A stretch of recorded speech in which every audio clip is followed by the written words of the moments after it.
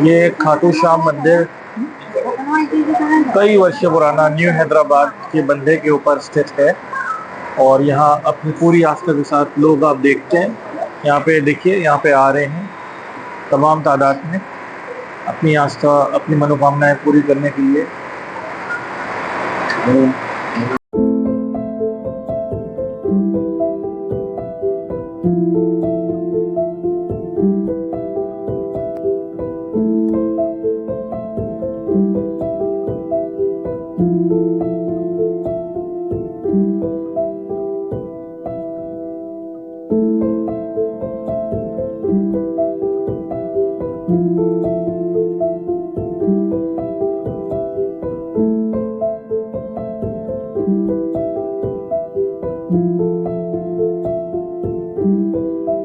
हमारे साथ हमारे व्यूअर श्री वीरेंद्र शुक्ला जी भी इस वक्त मौजूद हैं, इनसे भी हम बात करेंगे।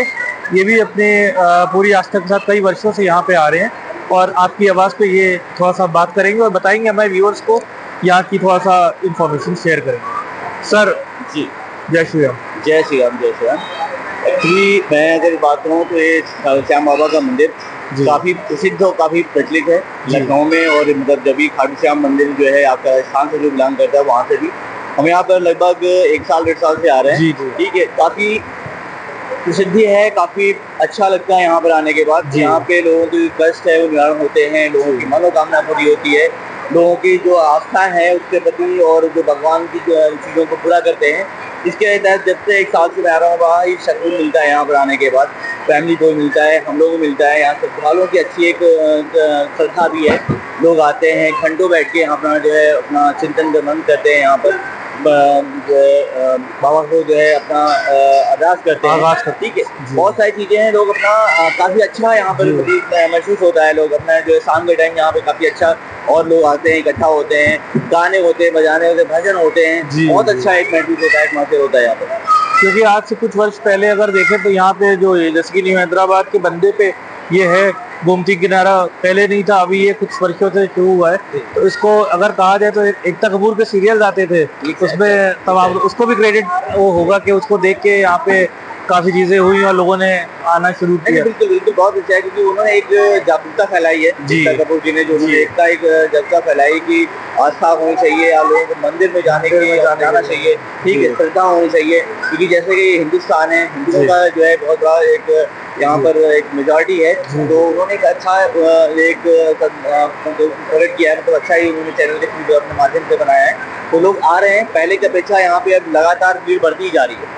ठीक है, लोगों का जो है जुड़ना स्टार्ट हो गया है। जी जी जी सर, हमारा चैनल तो यही इस काम कर रहा है कि सारे रिलीजियस, चाहे वो गुरुद्वारा हो, चाहे वो एवरी कास्ट एंड एवरी हो, सभी को वी हैव टू कवर। तो आपकी आवाज़ के व्यूअर से कुछ कहना चाहेंगे? मैं ये कहूँगा कि जो जहाँ जिसकी आस्था जिस मंदिर में, मस्जिद में, जहाँ भी है, वो अपने आप को, अपने धर्म को पकड़े, अपने धर्म के प्रति आस्था रखें और एकता का भाव रखें। और इसी तरीके से जय बाबा के मंदिर में आए और खाटू श्याम मंदिर में आते रहें और बाबा उनकी इच्छाएं पूरी करें। चैनल को सब्सक्राइब करिए, क्योंकि ये बहुत अच्छी चीज़ें हैं जो अभी इसके माध्यम से लोगों को डिसाइड कर रहे हैं, लोगों को जागरूक कर रहे हैं। तो मेरे सभी भाई बंधुओं से अपील यही है कि इस चैनल को सब्सक्राइब करें और आगे से आगे बढ़ें। Thank you sir. Thank you. Vishal Kumar Yadav ji इस वक्त हमारे साथ यहाँ पे इस समय मौजूद हैं और हमारे अगले गेस्ट, इनसे भी हम बात करेंगे कौन कौन से इनके यहाँ पे आते हैं, कितने टाइम से आ रहे हैं, सारी विशेष इनकी पूरी हुई हैं और क्या एक्सपीरियंस है यहाँ का खाटू श्याम मंदिर जो कि गोमती के बंदे के किनारे है। Sir, welcome to our channel, first time आपकी आवाज़। हाँ, थैंक यू। मेरा नाम विशाल कुमार यादव है और मैं यहाँ पे कम से कम 2021 से आ रहा हूँ, 2021-20 से। ठीक है, और आज तक मैंने जो भी मतलब मांगा है वो सब मिला है मुझे। ठीक है, और यहाँ पे आने के बाद थोड़ा सुकून, शांति जैसा महसूस होता है। ठीक है, और ऐसा कभी भी मेरे साथ नहीं हुआ है कि अगर मैंने इनसे कभी भी कुछ मांगा हो वो मुझे ना मिला हो। तो कितने साल से आ रहे हैं सर आप? 2020 से। 2020 हाँ, हो गया, लगभग 4-5 साल हो गया। ओके। हाँ जी, और बहुत अच्छा लगता है यहाँ पे, बहुत अच्छी फील होता है आने के बाद। पहले तो यहाँ पे मैं, क्योंकि मैं इस एरिया में पहले रहता था, अब तो मैं दूर चला गया, तो यहाँ दिखता था कि गोमती का बंदे थे, इतने सब मंदिर और सारे एनक्रोचमेंट नहीं थे। तो इसका क्रेडिट अगर कहीं ना कहीं देना चाहे तो एकता कपूर जी को भी दिया जा सकता है कि उनके टेलीविजन सीरियल्स जो आते थे उसको भी देख के ये एक चीज़ आई। और वो आप क्या कहना चाहते हैं यहाँ पे, ये जो अब स्टार्ट हुआ है तब से आप आ रहे हैं, क्या क्या अच्छी प्रोग्राम्स यहाँ पे आपको मिले? और ये है यहाँ पे कि साथ में ही पास में हनुमान धाम भी है जी, तो दोनों जगह दर्शन के लिए मौका मिल जाता है, ठीक है। और बाकी सब चीजें सही है, अच्छा लगता है सबसे ज्यादा। इस वक्त हम यहाँ पे लखनऊ में सीधे खाटू श्याम मंदिर पे हैं। ये न्यू हैदराबाद के गोमती के बंदे के स्थित है, गोमती के बंदे के किनारे यहाँ पे। और खाटू श्याम मंदिर की जानकारी हमें महाराज यहाँ पे खुद देंगे कि यहाँ की शुरुआत कब से हुई, प्रारंभ कब से हुआ। और इनसे हम बात करते हैं आपकी आवाज़, क्योंकि मैंने आपसे वादा किया था कि गुरुद्वारे के बाद अगली स्टोरी होगी मंदिर की, जो कि बहुत पुराना है। और उस पर कितने लोग, अभी मैंने जैसे कि आपको दिखाया कि यहाँ पे अपनी अपनी मनोकामनाएं पूरी करने के लिए भगवान जी से पूरी प्रार्थना के साथ और पूरे दिल के साथ आए। तो हमारे साथ महाराज हैं। महाराज जी, आपका सबसे पहले तो वेलकम है आपकी आवाज़ चैनल में। आपको शुभ नाम? केशवराम शर्मा। केशवराम सर, यहाँ की जो सबसे पहले सभी श्याम प्रेमियों को जय श्री श्याम और प्यार भरा आशीर्वाद। जी सर। हाँ। सर, यहाँ की जो स्टार्टिंग हुई है वो कब से, कितने साल हो गए इसके अंदर? ये लगभग हो गया 18 वर्ष, यानी 2008 में जी। इसकी प्राण प्रतिष्ठा हुआ था 2008 में, 2008 जुलाई में। 2008 जुलाई में। ओके। तो सर, यहाँ के बारे में थोड़ा सा हमारे दर्शकों को आप बताइए कि यहाँ के बारे में क्या पूछना चाह रहे हैं आप, जो विषय बताएं। मतलब जो भी प्रोग्राम्स यहाँ पे होते हैं, अलग अलग दिन पे कौन से प्रोग्राम्स आपके यहाँ पे होते हैं, और कौन से देवता के यहाँ पे जैसे अलग अलग? सबसे पहले तो ये जानना जरूरी है जी कि जिस मंदिर में आप खड़े हैं जी, उसका बेस क्या है, वहाँ कौन प्रधान देवता है और किस देवता की वजह से यहाँ पर इतनी भीड़ लगती है। जी। तो आपको हम बताना चाहते हैं कि द्वापर युग में जब महाभारत का युद्ध जो है चरम सीमा पर था, महाभारत का युद्ध होने वाला था, तो जो भीम के पौत्र हैं, ये बर्बरीक जी हैं, इनकी पूरी स्टोरी बताएं कि संक्षिप्त में बताएं। स्टोरी सर, पूरी स्टोरी बता दें आप। तो ये तपस्या कर रहे थे, भगवान शंकर को प्रसन्न कर रहे थे, माँ भवानी को प्रसन्न कर रहे थे। तो उनके द्वारा इनको 3 बाण मिले थे जी। ये देखिए प्रतीक इनका, वो बाण टंगे हुए हैं और ये जो है धनुष टंगा हुआ है। 3 बाण मिले थे और 3 बाणों में इतनी शक्ति थी कि वो समस्त संसार को ही नष्ट कर सकते थे, इतनी प्रबल शक्ति थी उसके अंदर जो है। तो तपस्या जब इनकी पूरी हुई, माँ भवानी प्रकट हुई और उनको 3 बाण दिए और कहा बेटा जो है आपत्ति, जब कोई घोर आपत्ति आ जाएगी तब इसका अनुसंधान करना है। तो प्रसन्न होकर के तपस्या सफल हुई, प्रसन्न हुए और अपने घर पे आए और माता के पास बैठे थे।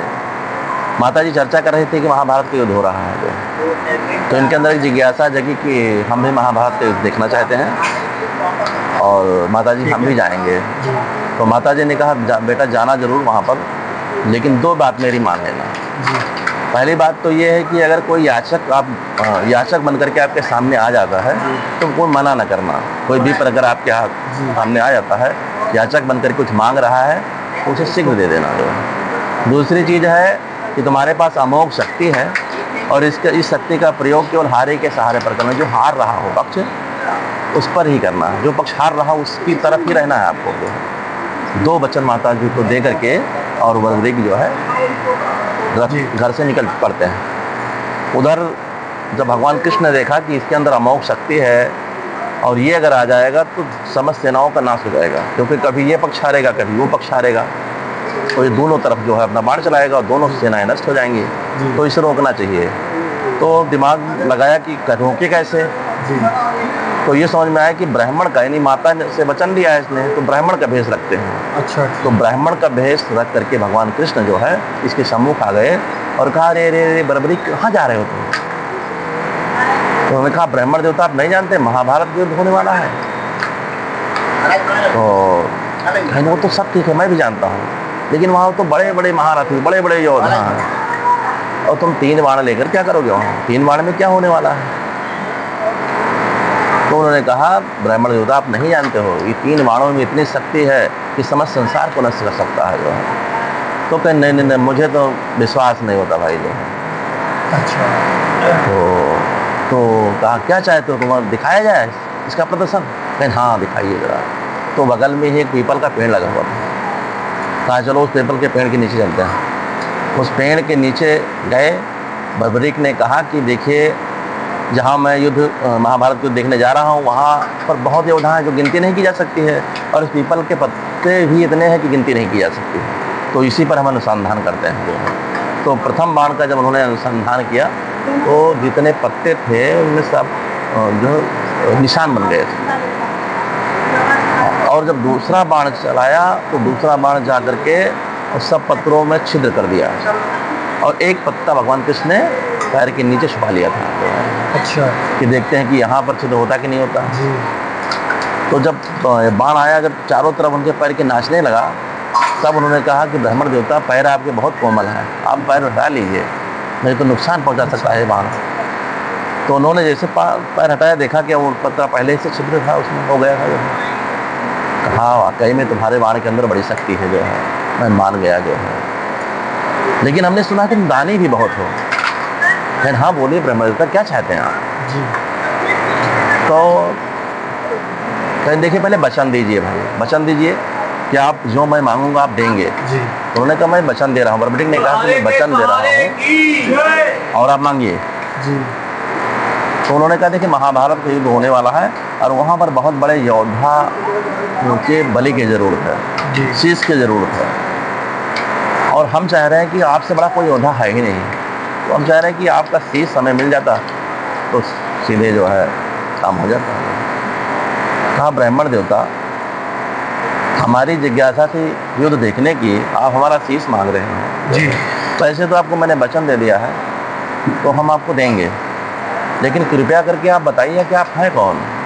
कोई ब्राह्मण इतना वो नहीं हो सकता है कि वो शीश मांग ले, ब्राह्मण दयालु होता है जो। जी, आप हैं कौन? आप हैं, सही, तो भगवान कृष्ण साक्षात रूप में प्रकट हो गए, आ गए जो है। तो बर्बरिक ने प्रणाम किया, कहा जब याचक बनकर के आप ही पधारे हैं हमारे सामने तो हमको अवश्य देंगे, लेकिन एक वचन हमको दीजिए कि हमें युद्ध देखना है। पहले हमें युद्ध दिखा दीजिए, इसके बाद हमारा शीश ले लीजिएगा। जी, तो उन्होंने कहा बर्बरिक, मैं वचन देता हूँ तुम्हें, मैं युद्ध दिखाऊंगा, लेकिन सर पहले हमें दे दीजिए, और ये मेरा वचन है कि मैं पूरा युद्ध तुम्हें दिखाऊंगा। कहा ठीक है।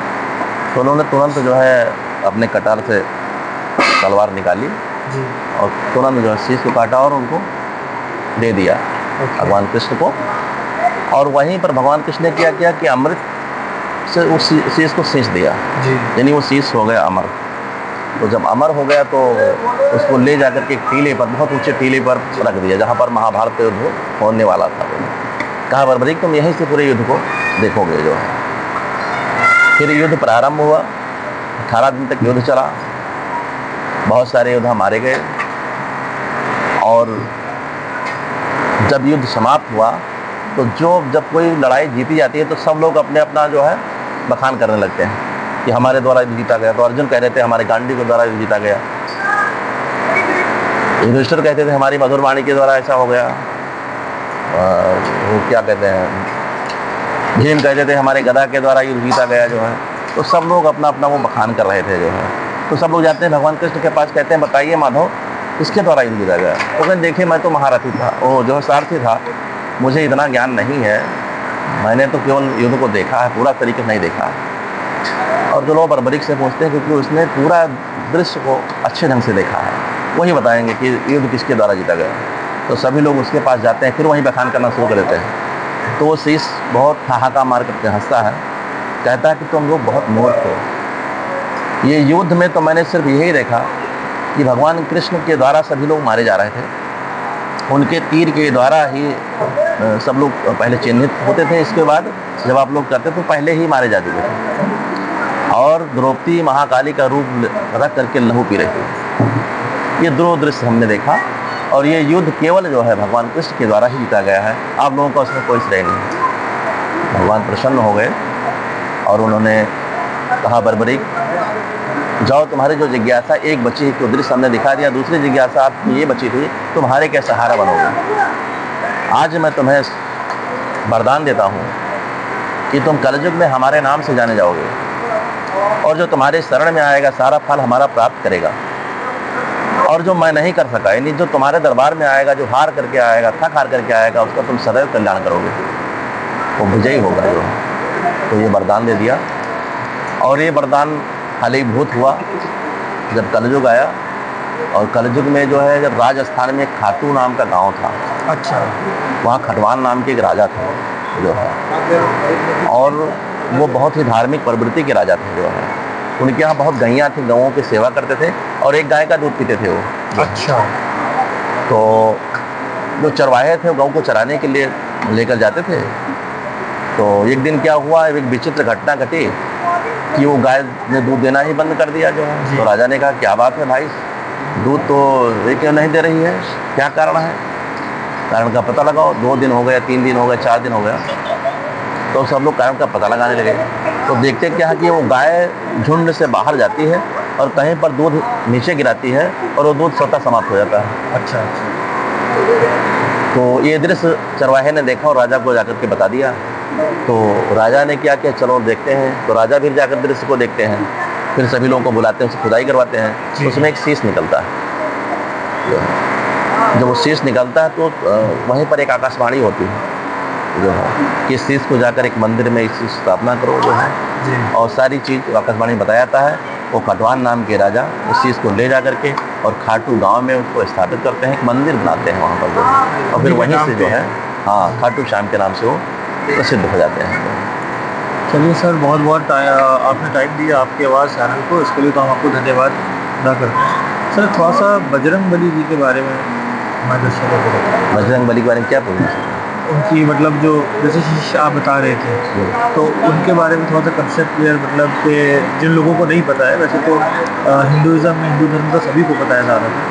तो उनकी जो मेन जो सुपीरियरिटीज़ रहती थी, जो भी मतलब उनका एक बल था, एक उनकी ताकत अलग ही। कहते हैं कि शंकर स्वयं केसरी नंदन एक हनुमान चालीसा में आता है जी।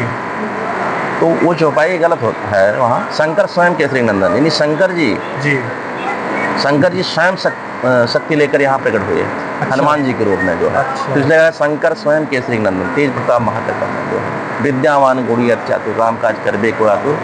और ये कहा गया कि जो है एक विद्वान होता है और एक विद्यावान होता है, तो इनको विद्यावान कहा गया। अच्छा। विद्यावान इसलिए कहा गया कि जो विद्वान होते हैं जिनके अंदर एक घमंड आ जाता है, अहंकार आ जाता है अपनी विद्या का। और जो विद्यावान होता है, जो समस्त विद्याओं को जो धारण कर लेता है, वो एकदम नॉर्मल हो जाता है। तो हनुमान जी के अंदर यही खूबी थी कि वो विद्यावान थे, उनके अंदर समस्त शक्तियाँ थी और जो है अलौकिक शक्तियाँ थी, राम के प्रिय थे वो, और जो है रोगों को नाश करने की उनके अंदर क्षमता थी। तो इसीलिए कहा कि शंकर स्वयं कैसे, शंकर जी स्वयं प्रकट हुए जो है। हाँ, चलिए बहुत बहुत धन्यवाद सर, आपकी आवाज़ को अपना टाइम देने के लिए। धन्यवाद सभी श्याम प्रेमों को।